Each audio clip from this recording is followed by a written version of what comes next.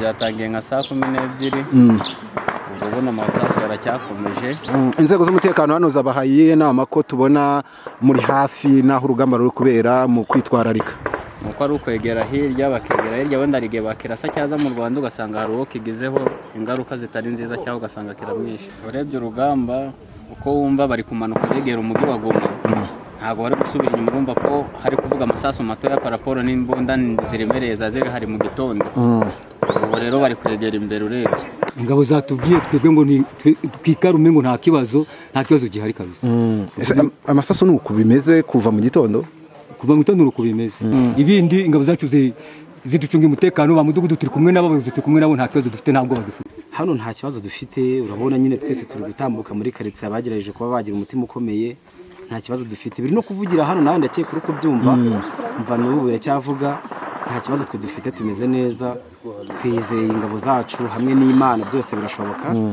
Ariko intambara iragome wabo ntageragere wacu. Ariko hano ni hafi na Goma ku buryo muvuga muti noneho M23 iri gusatira Goma. Sahi ubu tuvugana kuva hano ujya muri Kongo byafata nk'iminota 2 igiye n'amaguru.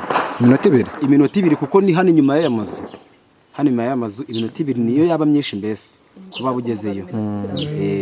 Kuko hano dore ikigo kiri hano kugera ku kigo wakoresha nk'umunota umwe. Ubwo nukubanga handi iyo uri ku kigo ubureba Igoma imbere yawe gutya.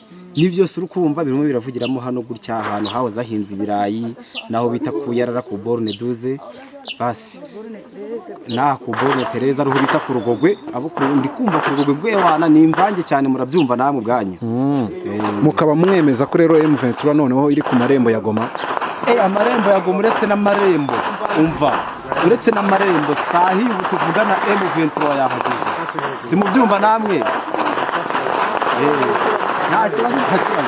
Ibi bintu ni hatari nyine ubu ngubu ewana nagatego kamwe karinze kwemera. Nuko byahoze? Nuko byahoze kuva kare.